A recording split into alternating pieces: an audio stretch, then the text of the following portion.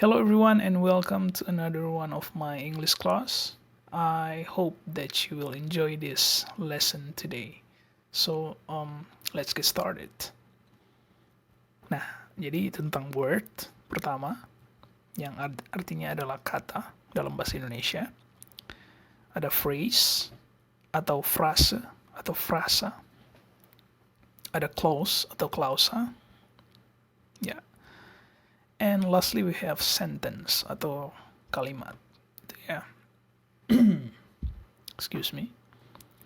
Nah, mulai dari yang pertama ya. Word atau kata. Nah, apa nih? Definition. Definition itu definisi, artinya arti dari sebuah kata gitu.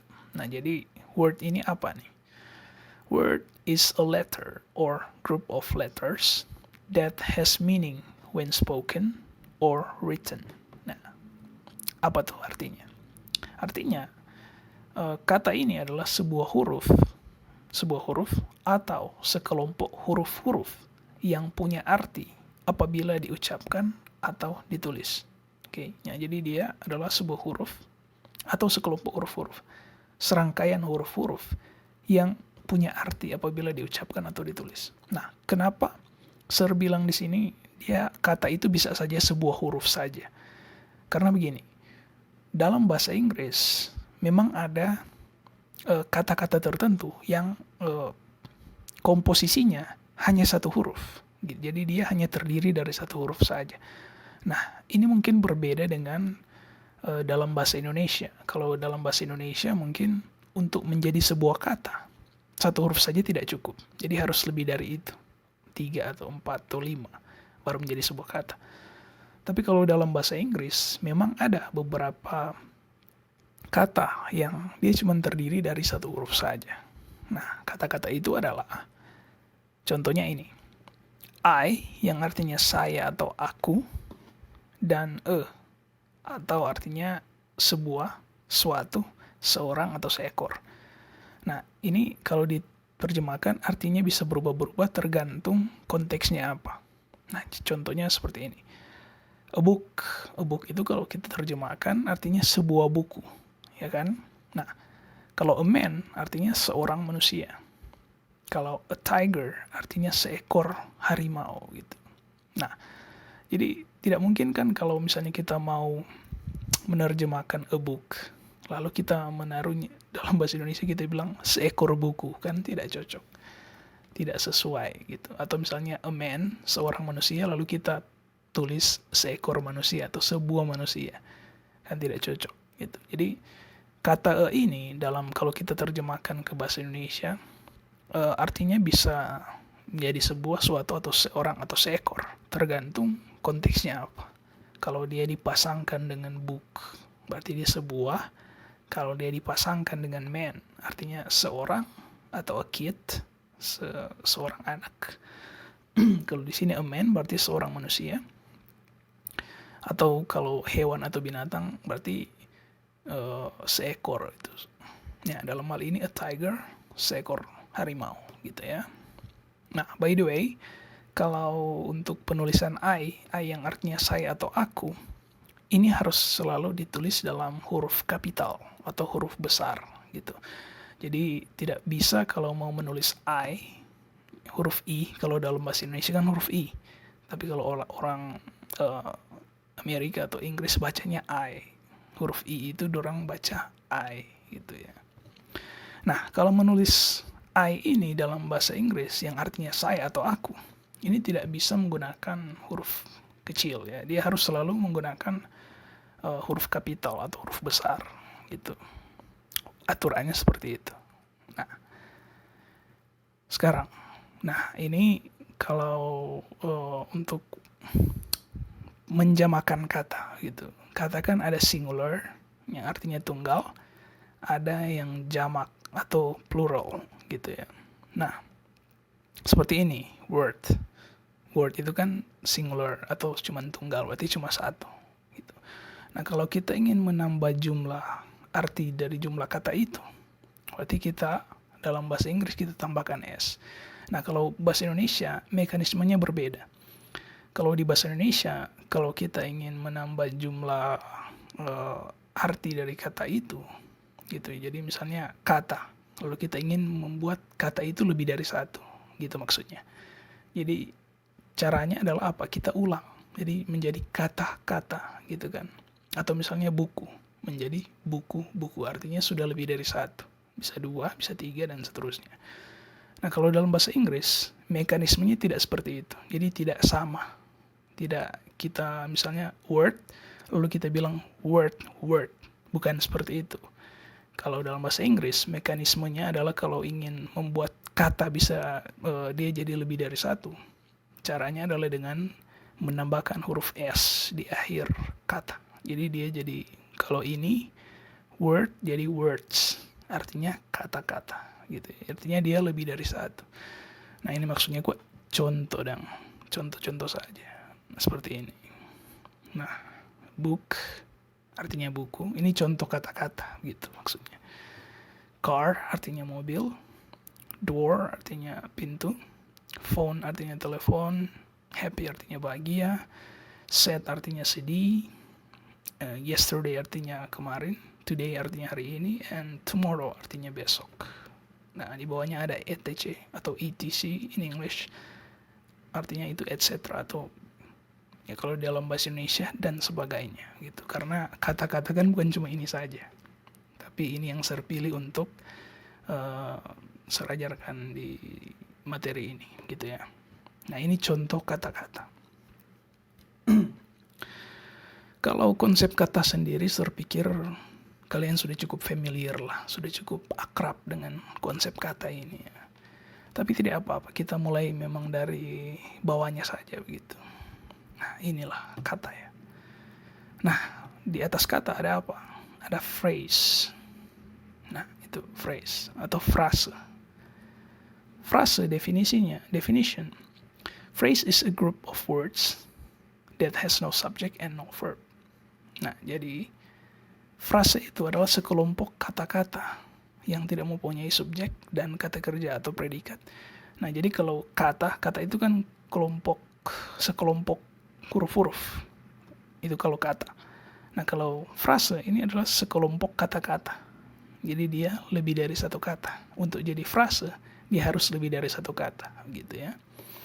Nah, tapi dia ada, bukan cuma itu nih, dia ada lain lagi nih. Dia ada syarat. Ya, syaratnya adalah dia tidak mempunyai subjek dan tidak punya kata kerja, tidak punya predikat. Kata kerja itu predikat, gitu ya. Jadi sekelompok kata-kata berarti dia lebih dari satu, tapi dia tidak punya subjek dan tidak punya kata kerja atau predikat, gitu. Nah, ini contoh lagi ya. Phrase sama, phrase kalau satu, phrases kalau lebih dari satu. Artinya frase kalau phrase, dan phrases itu artinya frase-frase. Gitu ya. Nah, ini contohnya. Nah, ini nih contoh kata-kata. Contoh sekelompok kata-kata yang tidak punya subjek dan tidak punya kata kerja, tidak punya predikat. Gitu. Jadi ini contohnya. Contohnya di sini ada red book, yang artinya buku merah. Ada fast car, yang artinya mobil cepat. Big door, yang artinya pintu besar. Nice phone, yang artinya telepon bagus. Happy man, yang artinya pria bahagia, etc. gitu ya, dan sebagainya. Karena sebetulnya frase itu ada lebih dari ini. Cuman ya, ini saya yang sering ingin tampilkan supaya sederhana saja untuk dipahami, gitu ya. Nah, kembali lagi, jadi frase ini apa nih? Frase ini dia sekelompok kata-kata. Jadi dia minimal 2 lah, karena kan harus lebih dari satu, gitu. Contohnya inilah, gitu. Jadi red book, fast car, big door, nice phone. Jadi kata-kata yang berpasangan, gitu ya. Bisa lebih dari 2, cuman kalau untuk contoh ya ini saja dulu, gitu, supaya mudah dipahami konsepnya seperti apa. Nah, jadi ini konsep frase itu seperti ini, gitu ya. Nah, jadi poin pentingnya adalah dia tidak punya subjek dan tidak punya predikat, tidak punya kata kerja, gitu. Tapi dia a group of words, sekelompok kata-kata. Jadi dia lebih dari satu. Tapi sekali lagi tidak punya subjek dan tidak punya predikat, tidak punya kata kerja, gitu ya. Nah, ini frase. Oke. Lanjut ke clause atau klausa. Nah, bagaimana dengan clause? The definition atau artinya adalah clause is a group of words that has a subject and a verb. Nah, justru kalau klausa ini justru dia punya subject dan punya verb, punya kata kerja atau predikat. In some cases it can be sentence, in some other cases it cannot. Nah, jadi dia adalah sekelompok kata-kata. Sama lagi, dia sekelompok kata-kata. Berarti lebih dari satu kata, gitu ya. Sekelompok kata-kata yang mempunyai subjek. Jadi dia ada subjek. Dan ada kata kerja, ada predikat. Jadi mungkin lawan atau kebalikan dari yang tadi. Kalau frase kan, frase tidak punya subjek, tidak punya predikat. Tapi sekelompok kata-kata. Nah, kalau klausa itu sama juga kelompok kata-kata, tapi dia justru punya subjek dan predikat. Syaratnya itu, gitu. Jadi justru syaratnya dia harus punya subjek dan harus punya predikat dulu, baru bisa disebut klausa. Berarti kalau tidak punya ini dua hal ini, berarti dia adalah frase, gitu ya. Ini mereka adalah kebalikan. Nah, jadi itu harus punya subjek dan harus punya predikat. Pada kasus-kasus atau situasi-situasi tertentu, klausa ini bisa menjadi kalimat. Tapi di kasus-kasus yang lain, dia tidak bisa menjadi kalimat. Jadi, belum pasti begitu. Bisa saja dia sebuah kalimat, bisa saja bukan sebuah kalimat. Nah, ini kita akan bahas di pelajaran ini ya. Nah, untuk mengetahui klausa ini seperti apa, ada baiknya kita mulai dari konsep subjek ini dulu. Kita pahami dulu dari situ. Apa sih subjek ini? Gitu kan? Supaya bisa kita mengenal gitu, subjek ini apa sih sebetulnya gitu. Karena di frase pun kan bilang frase itu group of words, sekelompok kata-kata yang tidak punya subjek dan predikat. Itu kalau frase. Nah, kalau di sini klausa justru dia mensyaratkan bahwa untuk disebut sebuah klausa itu harus punya subjek dan predikat. Nah, sebelum itu kita cari tahu dulu nih, apa nih subjek ini? Apa? Subjek itu apa? Gitu. Nah, subject is the person, place, or thing that is performing the action in the clause or sentence. Artinya, subjek, kalau bahasa Indonesia kan subjek. Gitu. Nah, orang, tempat, atau sesuatu yang sedang melakukan tindakan atau aksi di klausa atau kalimat. Jadi dia orang, bisa saja tempat, atau sesuatu yang sedang melakukan tindakan atau aksi di klausa atau di kalimat, gitu ya. Nah, contohnya saja lah, supaya lebih jelas.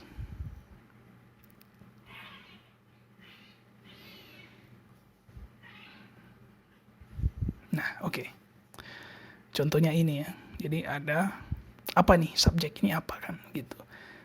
Contoh subjek adalah ini. I, you, we, they, he, she, it. Ini contoh subjek. I itu artinya saya, okay. You artinya kamu, we artinya kami, they artinya mereka, he artinya dia, tapi dia yang berjenis kelamin laki-laki. She artinya dia yang perempuan. It itu bisa hewan, bisa benda, gitu. Ini sebenarnya kata ganti, tapi kalau subjek ini biasanya paling sering ini yang dipakai gitu sebagai posisi subjek. Nah, kalau kita taruh ke dalam sebuah klausa ini I read a book ini sebuah klausa. Nah, kalau kalian perhatikan, taruh warnanya kuning di situ supaya lebih kentara. Nah, yang warna-warna kuning itu adalah subjek. Posisinya di situ adalah subjek. Jadi I itu dia sebagai subjek di situ di klausa ini. Ini adalah klausa. I read a book. Ini adalah klausa. You read a book. Ini juga adalah klausa. Jadi bukan frase, tapi klausa. We read a book. Dia juga adalah klausa. Empat ini adalah klausa. Jadi bukan frase. Mengapa mereka bukan frase? Karena mereka punya subjek dan predikat, gitu ya. Yang merupakan adalah persyaratan untuk bisa disebut klausa, gitu. Mereka harus punya subjek dan predikat. Nah, ini nih. Jadi subjeknya adalah I, ya, di kalimat klausa pertama. Di bawah ada you, itu sebagai subjek. We yang di klausa ketiga. Nah, ya, we read a book. Lalu di bawahnya ada they read a book, gitu ya. Jadi empat ini posisinya sebagai subjek atau subjek, gitu ya. Nah, bisa juga pakai nama orang, sangat bisa. Jadi boleh pakai misalnya Naruto, Abdul, Hinata, atau Siti nama orang, Siti perempuan gitu. Atau nama tempat, misalnya Tomohon gitu ya. Mereka bisa menjadi subjek gitu. Subjek itu biasanya di awal kalimat memang, atau di awal klausa gitu. Nah, seperti ini. Jadi yang diwarnai dengan warna kuning ini adalah subjek atau subjek, oke?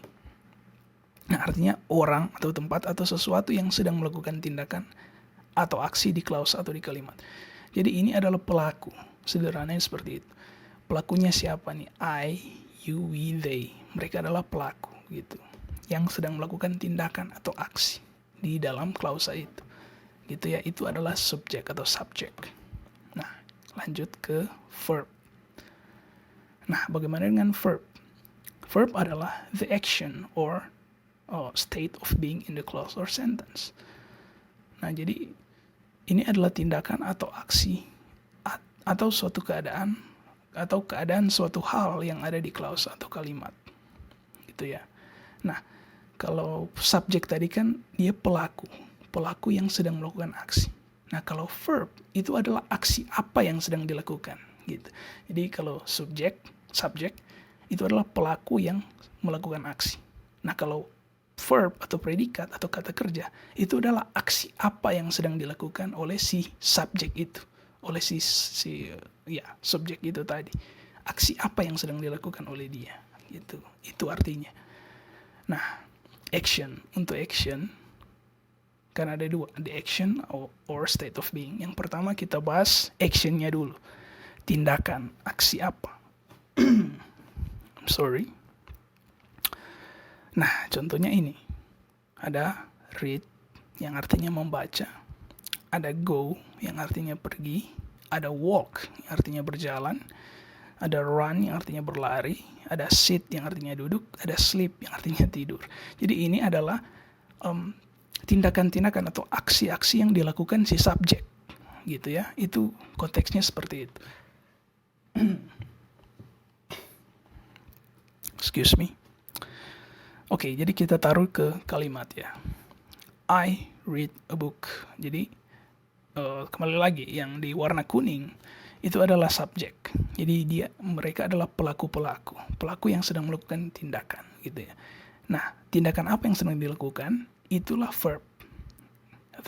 Itu adalah kata kerja atau predikat. Nah, apa itu? Yaitu read. Misalnya di klausa pertama, I read a book. Saya sedang membaca buku. Jadi pelakunya atau subjeknya adalah I. Ya kan, dia yang sedang melakukan tindakan atau aksi. Nah, aksi apa yang sedang dia lakukan? Yaitu read, yang disertai warna biru agak terang, itu semua adalah verb atau kata kerja. Nah, kata kerja itu sederhananya kata yang melambangkan suatu tindakan atau aksi atau kerja gitu. Jadi itu artinya kata kerja, kata yang melambangkan sebuah aktivitas, sebuah tindakan, ya seperti itu kira-kira. Nah, jadi yang di kuning itu adalah subjek, yang pelaku. Nah, yang di sebelahnya itu ada yang di warna biru yang agak terang, itu adalah apa yang dilakukan atau tindakan apa yang dilakukan. Itulah kata kerja atau verb. Oke. Jadi I read a book. Subjeknya I, verbnya atau kata kerjanya atau predikatnya read atau membaca. Membaca apa? Buku. Gitu. Jadi pelakunya I, tindakan yang sedang dilakukan adalah read atau membaca. Gitu ya. Itu adalah klausa gitu. Jadi syaratnya kan itu harus ada subjek dan harus ada predikat. Itu kan syaratnya untuk menjadi sebuah klausa. Nah, inilah dia. Di bawahnya ada you go to school. Pelakunya adalah you, ya kan? Kamu. Apa yang dilakukan? Tindakan apa yang dilakukan? Tindakan yang dilakukan adalah go to school. Go atau pergi, gitu kan? Itu kan menunjukkan tindakan. Nah, misalnya walk, di bawah lagi ada walk. Itu kan juga menunjukkan sebuah tindakan ya. Nah, di bawahnya ada run atau berlari. Sama juga, itu sebuah kata yang melambangkan sebuah aksi, tindakan. Bahkan sit itu artinya duduk. I sit on my chair. Itu pun adalah sebuah kata kerja. Kenapa? Karena itu kan melambangkan tindakan juga. Sebuah aksi. Ya kan? Apa aksinya? Aksinya dia sedang duduk. Dia duduk begitu. Dia tidak sedang diam, dia duduk. Itu kan sebuah aksi. Nah, bahkan jangankan duduk. Tidur pun adalah sebuah kata kerja. Karena apa? Tidur itu kan melambangkan sebuah tindakan, sebuah aksi. Apa yang sedang dilakukan? Dia sedang tidur, dia tidur begitu. Jadi dia tidak hanya diam saja begitu. Nah, maka sleep ini juga adalah kata kerja, juga adalah predikat atau verb. Kalau bahasa Inggris kata kerja adalah verb, gitu ya. Nah, bahkan sleep pun adalah kata kerja. Intinya kata kerja itu adalah kata yang melambangkan sebuah tindakan atau sebuah aksi, gitu. Nah, jadi hal ini ya, yang ada di kuning-kuning itu adalah subjek atau subjek. Yang warna biru agak terang itu adalah verb atau predikat. Gitu ya. Nah, yang kedua kan ada state of being. Jadi action, tindakan atau keadaan suatu hal. Apa nih? Gitu. Ini predikat ya. Apa sih predikat itu? Predikat itu entah dia kata yang melambangkan tindakan atau aksi atau kata yang melambangkan keadaan suatu hal. Nah, dia pakai am atau is atau are gitu. Jadi kalau kalimatnya sudah ada am, is, are, maka itulah predikatnya gitu. My voice is failing me now. Oke, contohnya I di sini sekali lagi yang kasih tanda kuning ya, warna kuning itu adalah subjek atau subjek. Gitu ya. Sedangkan yang warna biru agak terang itu adalah predikat. Nah, gitu ya. Jadi I am a teacher. Saya adalah seorang guru. Gitu. Nah, I ini pasangannya harus selalu dengan am. Jadi dia I ini, dia tidak bisa berpasangan dengan is. Dia tidak bisa berpasangan dengan are. Dia harus selalu dengan am. I am. Jadi tidak ada I is. No, tidak ada. Atau I are. Tidak ada. Jadi dia harus selalu I am gitu ya. Atau misalnya he. He itu pasangannya selalu is. Ya, oke. Jadi tidak ada he am, tidak ada itu, atau he are, tidak ada. Jadi atau he was bisa, cuman itu untuk materi lain. He was, I was bisa, tapi untuk materi lain nantilah kita bahas itu. Dalam hal ini saja dulu. He is, pasangannya he itu pasangannya is. She itu pasangannya is. It itu pasangannya is. Atau Abdul itu kan sebenarnya he. Ya kan? Abdul itu laki-laki kan, nama orang. Dia bisa pakai he. Nah, sama juga dia harus pakai is. Abdul is atau Siti is, Maria is gitu ya. Nah, kalau you itu selalu pasangannya adalah are. Jadi you are gitu. Tidak bisa you am, tidak bisa you is. Dia harus selalu you are. Gitu. Begitu juga dengan we. We are students. Tambah s karena kalau we itu kan kami, berarti dia lebih dari satu. Gitu ya. We are students. Tambah s di akhir. They, begitu juga dengan they. They are teachers. Mereka, karena kan mereka. Mereka itu kan lebih dari satu. Atau di bawahnya, misalnya pakai nama orang, Abdul and Siti. Kan sudah lebih dari satu orang. Jadi sudah ada dua. Berarti jangan lagi pakai is, tapi pakai are. Gitu ya. Oke. Nah, ini adalah state of being. Jadi kalau kita mau terjemahkan, dia jadi saya adalah seorang guru. Ya, keadaan suatu hal kan gitu. Nah, atau di bawahnya he is happy, dia sedang bahagia. Nah, artinya bukan lagi dia adalah bahagia, tapi dia sedang bahagia gitu ya. Sesuai konteksnya. She is a student, dia adalah seorang student atau siswa. It is fast, itu cepat. It ini bisa orang, bisa benda, bisa mobil misalnya, fast, atau komputer, atau bisa hewan, misalnya cheetah misalnya, gitu. Fast, cepat. Di bawahnya di bawahnya ada Abdul. Abdul is a student. Abdul adalah seorang siswa.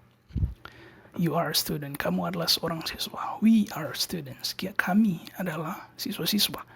They are teachers. Mereka adalah guru-guru. Abdul and Siti are students. Abdul dan Siti adalah siswa-siswa, siswa-siswi gitu.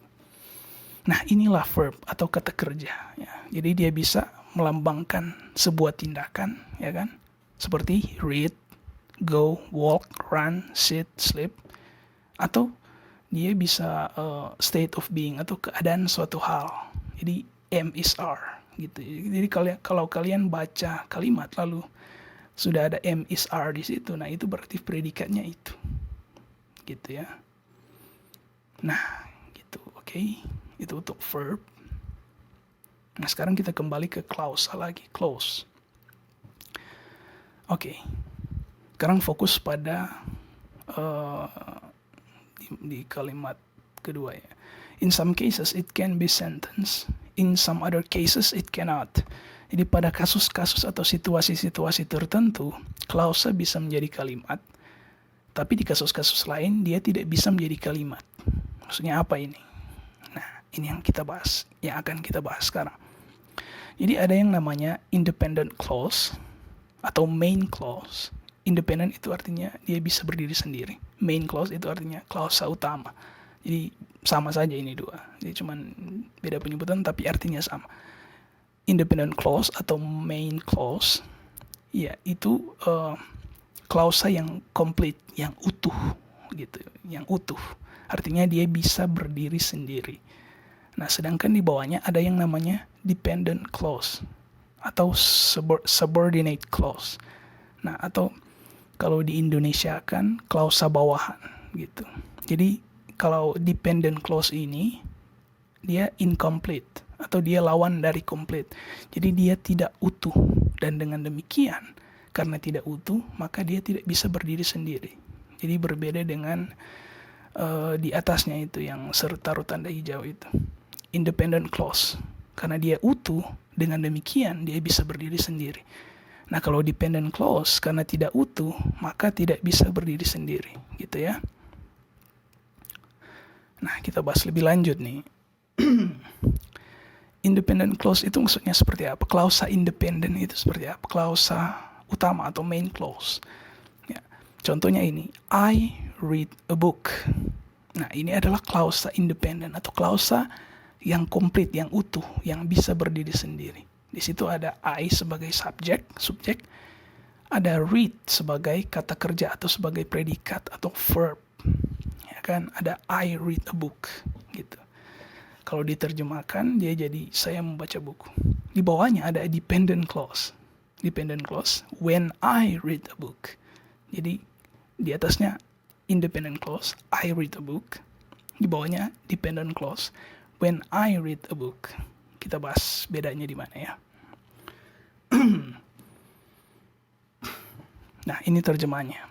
Kalau kita terjemahkan independent clause itu artinya saya membaca buku. Oke.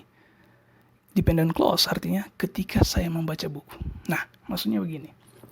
Kenapa independent clause disebut komplit atau utuh, sedangkan dependent clause disebut tidak utuh? Nah, kita lihat artinya ini. Jadi kalau I read a book, independent clause, ya I read a book. Artinya kan saya membaca buku. Itu sudah jelas, sudah komplit. Tapi ketika ditambah kata when di depan, atau ya kalau di Indonesia kan when itu artinya ketika.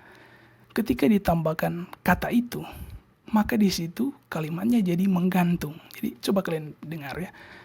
Ketika saya membaca buku. Gantung kan maksudnya ketika saya membaca buku. Lalu apa?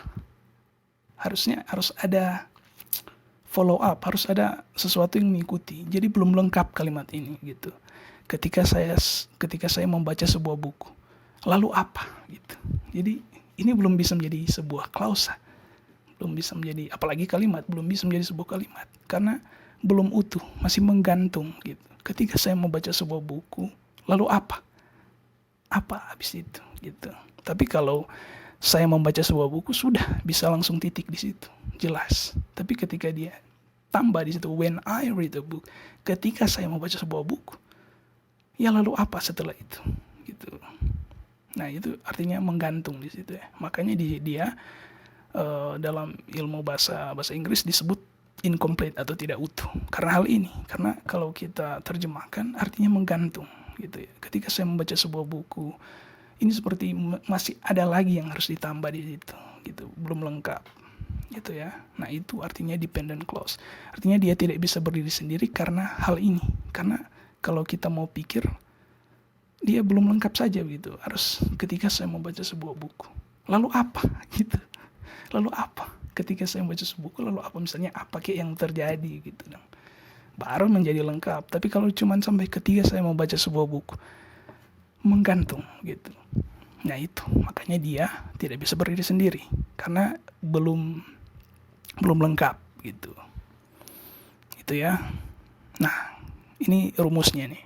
Independent clause. Klausa independent atau klausa utama, main clause. Itu ada subject.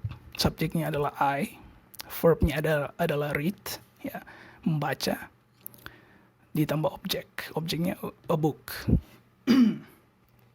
My voice, oh my god. Nah, kalau dependent clause itu bedanya cuman di depan saja. Di depannya ada subordinator. Jadi sebetulnya kalau kata when itu dihilangkan, maka dia jadi independent clause, jadi klausa independent. Tapi kalau ditambahkan when di situ, dia jadi independent clause, gitu ya. Itu bedanya yang paling bisa kita langsung dapatkan dengan sekali lihat saja. Itu cuman beda saja karena ada when di situ. Ada kalau dalam bahasa Inggris when ini masuk ke kelas kata subordinator, gitu. Subordinator gitu ya. Bedanya cuma di situ sebetulnya. Nah, jadi kalau seandainya kata when itu hilang, maka dia menjadi klausa independent gitu. Karena sudah jelas, saya membaca sebuah buku, titik. Itu yang dilakukan. Tapi kalau dia pakai ketika saya membaca sebuah buku, lalu apa gitu. Belum, masih menggantung gitu. Nah, kita bahas mungkin subordinator dulu. Ya, oke. Nah, apa nih subordinator? Nah, subordinator is a connecting word that is used to subordinate one clause or sentence to another. Jadi, subordinator ini adalah sebuah kata penghubung yang digunakan untuk menghubungkan satu klausa atau kalimat dengan klausa lainnya. Jadi, kata penghubung, sederhananya begitu. When itu adalah subordinator. Dia adalah kata penghubung. Gitu ya. Contoh lain dari subordinator adalah dia bukan cuma when, ada after, as soon as, before, whenever, until. Jadi contoh-contohnya bukan cuma ini sih, lebih dari ini, cuman ya ini saja di contohnya. Gitu ya. Nah, sekarang I read a book. I read a book ini sebetulnya sudah independent clause gitu ya. Tapi ketika dia menjadi when I read a book, dia sudah tidak bisa berdiri sendiri lagi karena sudah ada yang menggantung di situ. When I read a book, ketika saya membaca sebuah buku, lalu apa yang terjadi setelah itu? Gitu. Jadi istilahnya dia belum layak mendapatkan titik lah seperti itu. When I read a book, lalu apa? Jadi belum bisa ditaruh titik di situ. Gitu loh. Sedangkan kalau I read a book, ya sudah taruh titik saja di situ. Gitu. Nah, atau misalnya pakai misalnya before. Sama juga, before I read a book, sebelum saya membaca sebuah buku. Lalu apa? Gitu. Belum layak mendapatkan sebuah titik gitu ya. Dia masih juga dependent clause atau klausa yang dependent gitu atau subordinate clause. Nah, kembali lagi, independent clause is a sentence karena utuh. Nah, sekarang ini yang namanya klausa independent, dia sudah bisa disebut sebagai sebuah kalimat. Jadi, I read a book, itu sudah disebut sebuah kalimat. Sudah layak untuk disebut sebagai sebuah kalimat. gitu ya. Sedangkan kalau dependent clause itu is not a sentence. Dia tidak layak disebut sebuah kalimat karena tidak utuh itu tadi. Karena dia masih koma di situ, belum titik. When I read a book, lalu apa? Gitu. Belum layak mendapatkan sebuah titik. Atau before I read a book, and then what? Lalu apa? Gitu. Nah, dengan demikian ini sih independent clause. Klausa independen itu adalah sebuah kalimat, sudah layak untuk disebut sebuah kalimat walaupun dia klausa gitu. Jadi pada saat yang sama dia adalah sebuah klausa. Pada saat yang sama dia adalah sebuah kalimat. Gitu. Sudah layak disebut sebuah kalimat kalau independent clause gitu ya. Tapi kalau dependent clause ini belum layak untuk disebut sebuah kalimat. Oke. Bedanya di situ ya. Nah, jadi kalau independent clause, klausa independen, pada saat yang sama dia adalah klausa, pada saat yang sama dia adalah sebuah kalimat. Gitu. Kalau independent clause, kalau I read a book, gitu. Nah, sebenarnya kata klausa lain juga ada, cuman ini sebagai contoh saja di sini, gitu ya. My voice is failing me, man. Okay, let's begin. Sentence ini terakhir ya. Apa nih definisinya? Ini definisi kamus, agak panjang. Definition: sentence is a set of words that is complete in itself, typically containing a subject and predicate, conveying a statement, question, exclamation, or command, and consisting of a main clause or independent clause, and sometimes one or more subordinate clauses atau dependent clauses. Nah, Indonesianya seperti ini. Terjemahnya, kalimat adalah sebuah kumpulan kata-kata yang utuh. Oke, yang utuh. Jadi sama dengan yang tadi itu, independent clause, yang utuh. Biasanya memiliki subjek dan predikat. Nah, sama juga dengan yang tadi, yang di independent clause, ya kan? Subjek and predikat.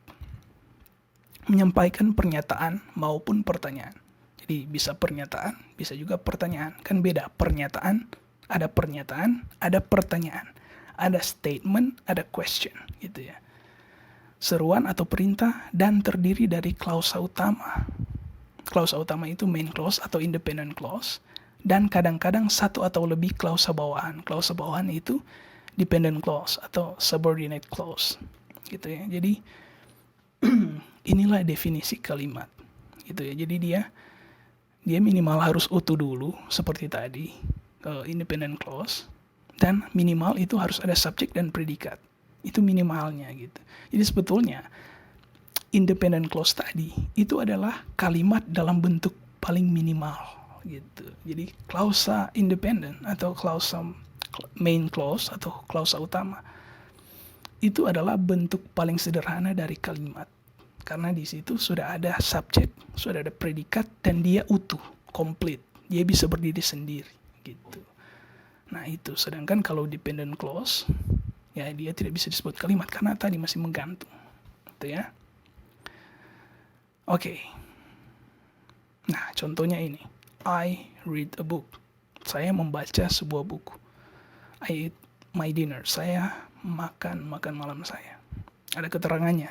Oh iya, selalu diawali dengan huruf kapital. Ini kalau mau menulis kalimat, dia harus selalu seperti ini. Selalu diawali dengan huruf kapital atau huruf besar dan diakhiri dengan tanda titik.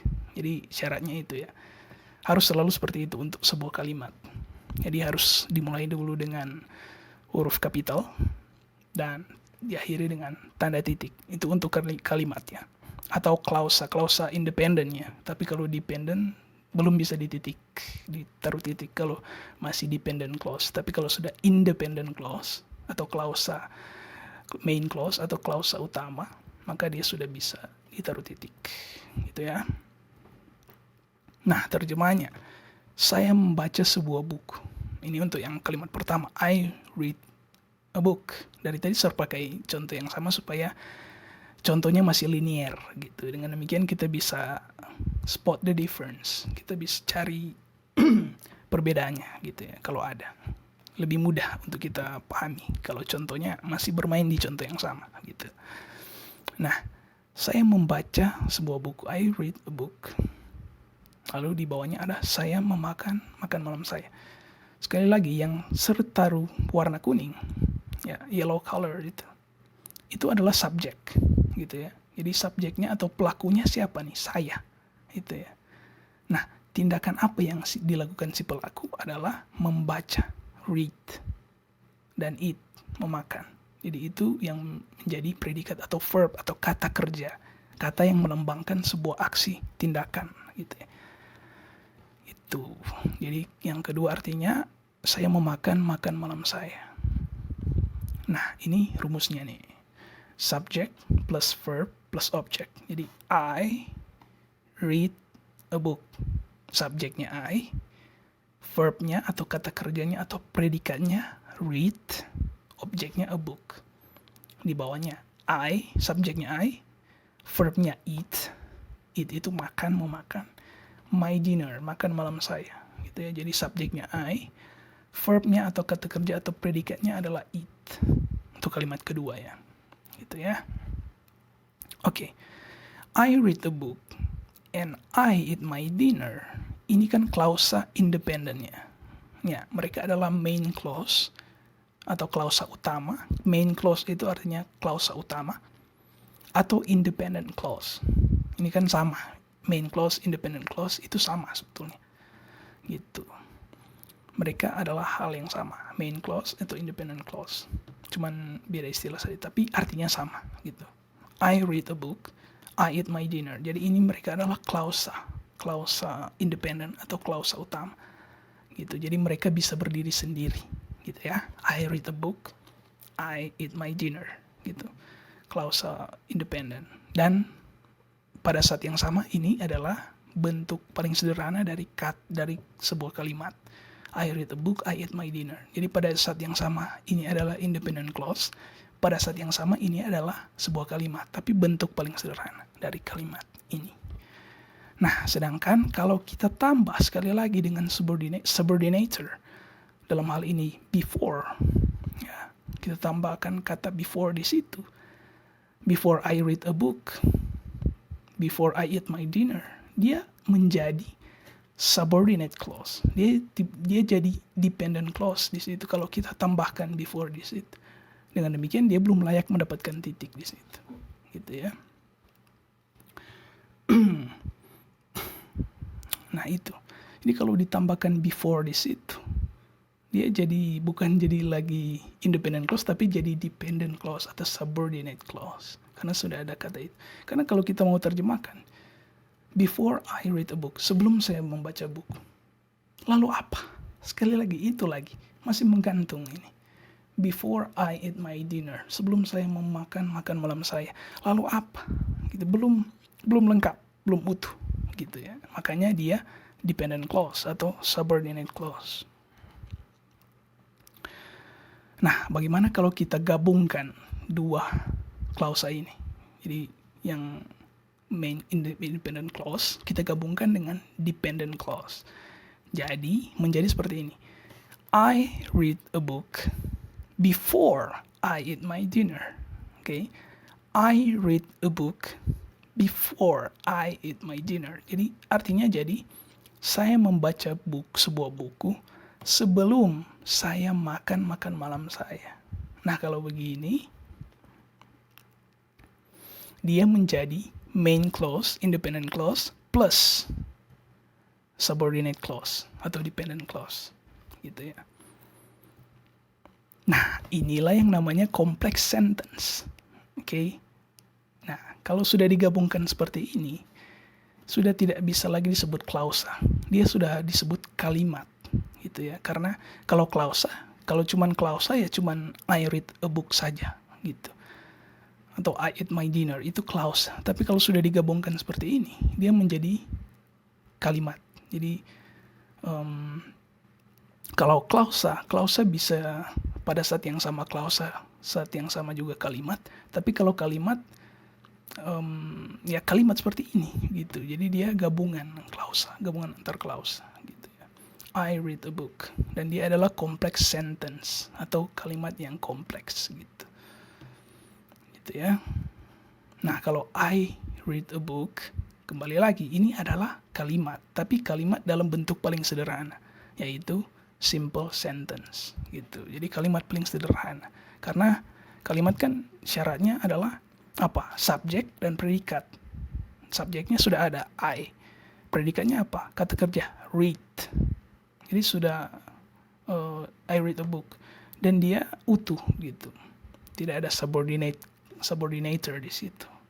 Jadi dia bisa berdiri sendiri. Maka dia memenuhi kualifikasi untuk menjadi sebuah kalimat gitu ya. Nah, sedangkan di atasnya itu I read a book before I eat my dinner, itu klasifikasinya sudah complex sentence, kalimat yang kompleks gitu, karena dia gabungan dari klausa ini. Jadi klausa yang independen digabung dengan dependent, maka dia menjadi kalimat gitu. Maka dengan demikian, karena dependent clause ini sudah bergabung dengan independent clause, maka dia menjadi bisa berdiri sendiri kali ini karena sudah bergabung gitu. Maka jadi kalimat lah, kalimat kompleks gitu. I read, kalau simple sentence, kalimat sederhana ya I read a book dan ya I eat my dinner. Ini adalah dua-duanya adalah main clause atau independent clause atau klausa independent atau klausa utama gitu ya. Itu oke. Jadi kalau sentence, bentuk paling sederhana dari sentence, bentuk paling sederhana dari kalimat adalah ini, main clause atau independent clause. Itu bentuk paling sederhana. Nah, kalau digabungkan dengan dependent clause, dia menjadi menjadi complex sentence. I read a book before I eat my dinner. Contohnya ini. Tapi kalimat lain ada gitu, bukan cuma ini gitu ya. Tapi untuk pembelajaran kita ya pakai contoh ini gitu, supaya linear dari tadi, supaya sama gitu. Oke. Nah, inilah sentence. Oke, harap ini sudah lumayan jelas. Punya suara sudah makin hilang. Alright. Okay, that's it. I guess it is. Thank you for your time and attention. I'll see you again next time in another lesson. Bye.